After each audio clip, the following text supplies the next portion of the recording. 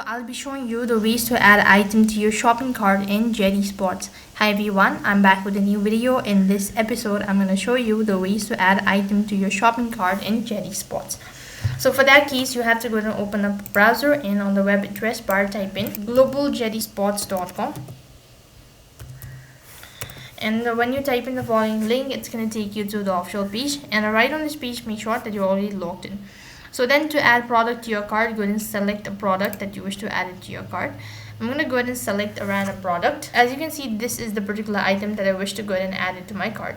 So I'm going to go with the detail page, and here you can see all of these information, and you can select the size, quantity, all that, and then click on add to basket.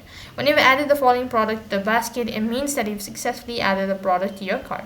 So if you wish to go ahead and check out, then you can also click on the checkout securely button located right at the bottom, and then you can start with the payment procedure. So that is how you can add item to your shopping cart. That is all for this video. I hope the video was helpful. Make sure to like, share and subscribe to our channel. Thank you for watching. See you in the next video.